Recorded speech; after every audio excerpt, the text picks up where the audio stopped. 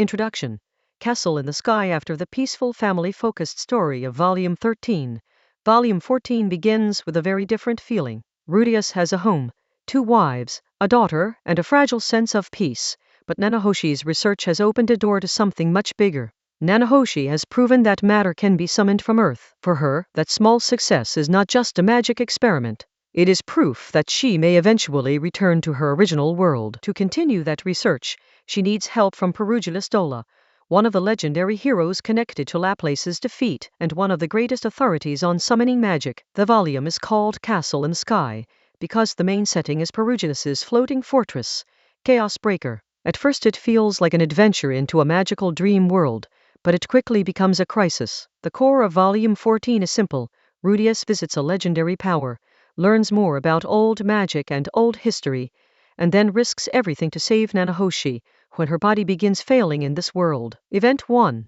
The group heads toward Perugulus. Nanahoshi, Rudius, Ariel, Sylphie, Luke, Roxy, Elinalise, Clef, and Sonoba travel toward the place where they can reach Perugulus. The group is large because each person has a reason to meet him or learn from him. Nanahoshi wants summoning knowledge. Ariel wants political support. Rudius wants information that may help Zenith, and also wants to support Nanahoshi's research. After walking for hours, they arrive at a stone monument connected to the 7 great powers. Nanahoshi uses a golden flute-like object to summon one of Perugulus's servants. This moment reminds everyone that Perugulus is not an ordinary noble or scholar.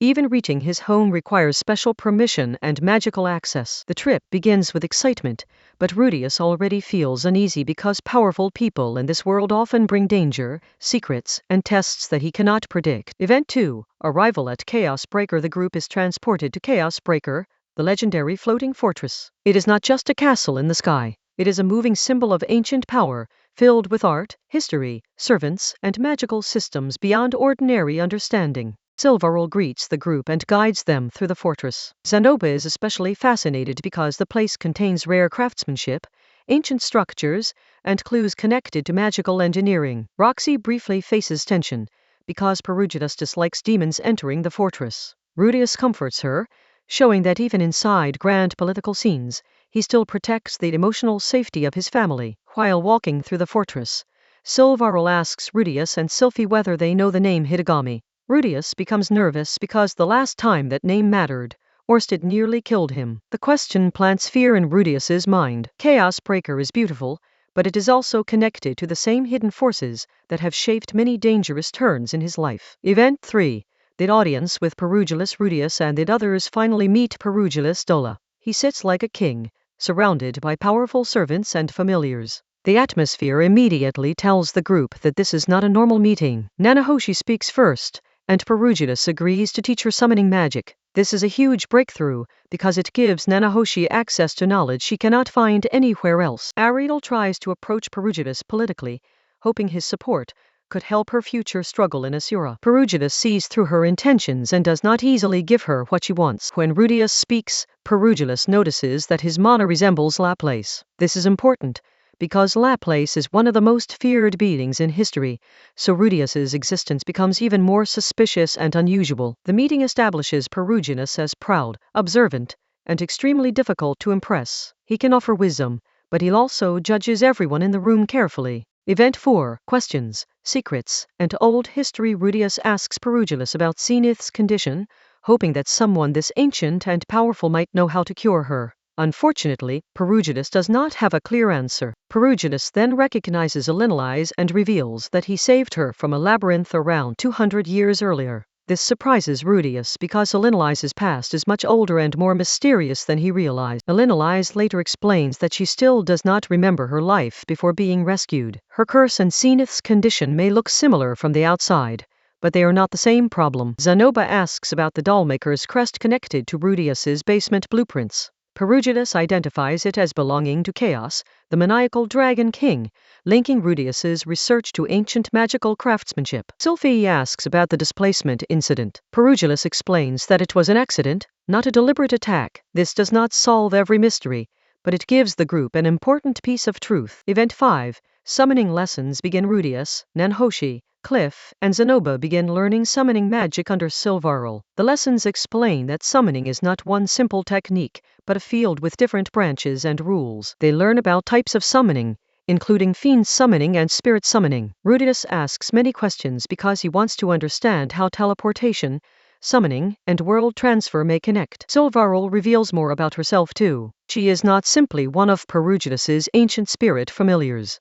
She belongs to the Skyfolk, a people Perugia saved during the war with Laplace. Food becomes an emotional moment. Rudius asks for ingredients similar to Japanese food, hoping to comfort Nanahoshi with a taste of home. The result is imperfect, but Nanahoshi appreciates the gesture. This section shows how lonely Nanahoshi really is. Even when surrounded by people, she is still someone trapped far away from the world she remembers. Event 6.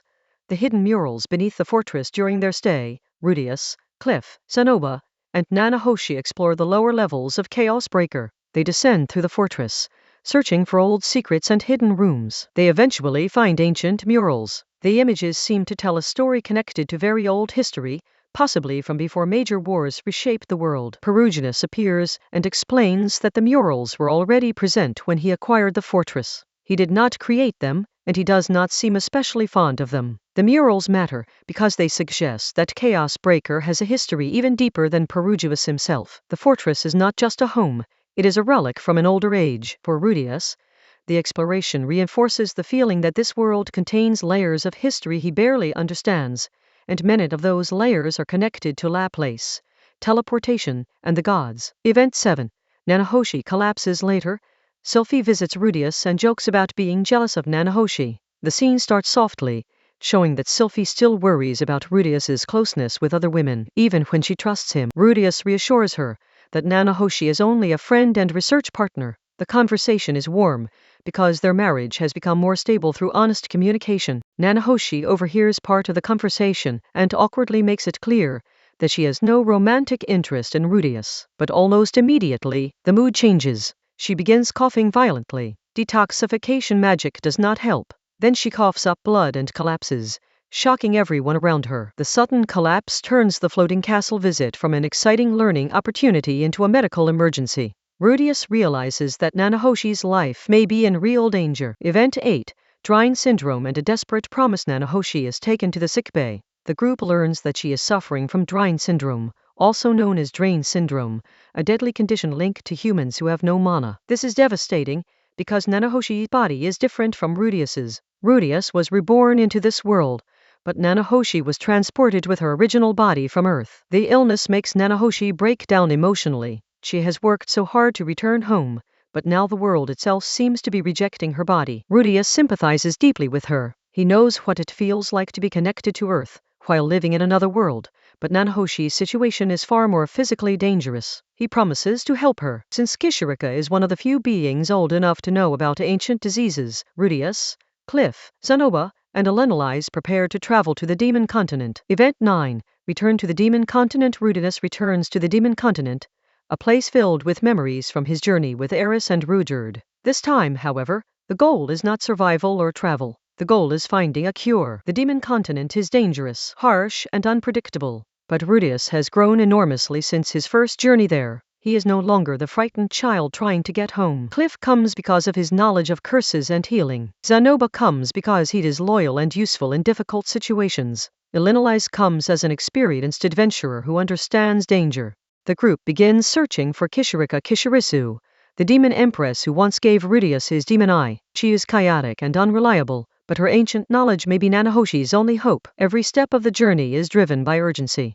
Nanahoshi does not have unlimited time, and Rudius knows that failing here could mean losing one of the only people who understands his connection to Earth. Event 10. Search for Kishirika. The search for Kishirika leads the group through Demon Continent cities and crowded streets full of strange races, rumors, and danger. Finding her is difficult because she behaves unpredictably. Kishirika is powerful in an unusual way. She may look childish and foolish at times, but she carries knowledge from ancient eras that ordinary people cannot even imagine. Rudius needs a specific answer. How can Nanahoshi survive in a world where her body cannot properly handle mana? This is not a normal illness, so normal treatment will not work. The search eventually becomes entangled with another terrifying figure, Atofratov Ribaku, the immortal demon king. Her presence turns a rescue mission into a battlefield of demon politics and raw power. By this point, Rudius is not just looking for information. He is walking into the territory of beings who are far older, stronger, and more dangerous than almost anyone he has faced before. Event 11.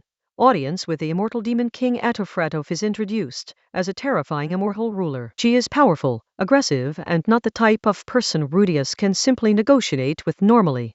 The group becomes caught in her domain, surrounded by demon warriors and forced into a situation where words alone cannot solve the problem. Rudius tries to think carefully, but Atof's personality makes everything unstable. She respects strength and directness far more than cautious diplomacy. Cliff, Sanoba, and Alinolais are dragged into the danger alongside him. The mission to save Nanahoshi now risks the lives of everyone who came to help. This event reminds viewers that Rudius's growth does not make him invincible. Against legendary demon kings, even his power and intelligence can be overwhelmed by sheer force and chaos. Event 12. Showdown with Atofratov. The confrontation with Atov escalates into a serious battle. Rudius uses his magic, strategy, and experience, but Atov's immortality and raw strength make her a terrifying opponent. The fight is not simply about winning in a normal sense. Rudius must survive long enough to protect his companions and still obtain the information or help needed for Nanahoshi. Atov's soldiers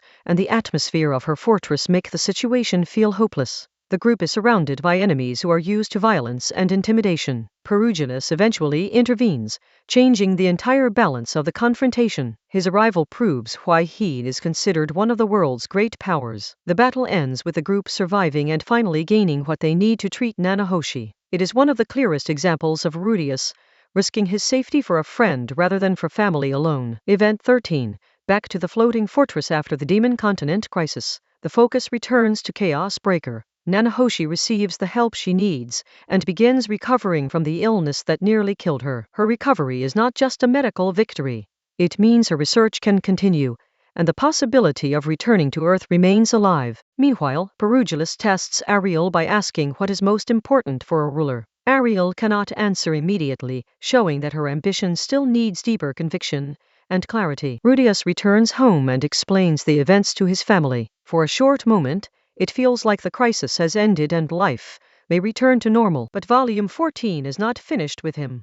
The human god appears again and tells Rudius to check the basement of his house, setting up one of the most important turning points in the entire series. Extra chapter: The birth of a new Sword King. Far away from Rudius, Eris continues training in the Holy Land of Swords. She is no longer the same girl who left after the battle with Orsted. The Sword God asks Eris, Nina, and Gino what separates a Sword Saint, Sword King, and Sword Emperor. Their answers reveal their different views of swordsmanship and ambition. Eris answers with resolve. The Sword God does not fully accept the answer in a simple way, but he recognizes the force behind her conviction. Eris fights Nina to decide who will become Sword King. Her experience, instinct, and fierce determination allow her to win the title. After becoming Sword King, Eris says she will return to her family. This is a major signal that her reunion with Rudius is approaching, but Rudius's life has changed so much that the reunion will not be simple. Ending. Turning Point 4 changes everything. Rudius is about to follow the human god's instruction and check the basement.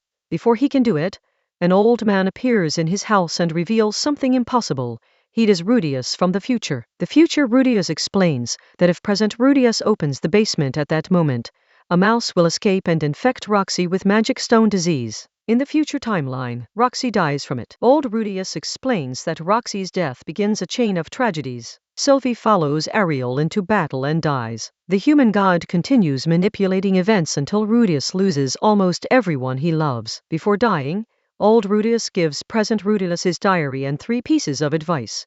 Consult Nanahoshi, write to Eris, and do not fully trust the human god. Rudius kills the basement mouse and begins writing a letter to Eris. Volume 14 ends by destroying his trust in the human god and pushing the story toward the massive conflict of Volume 15.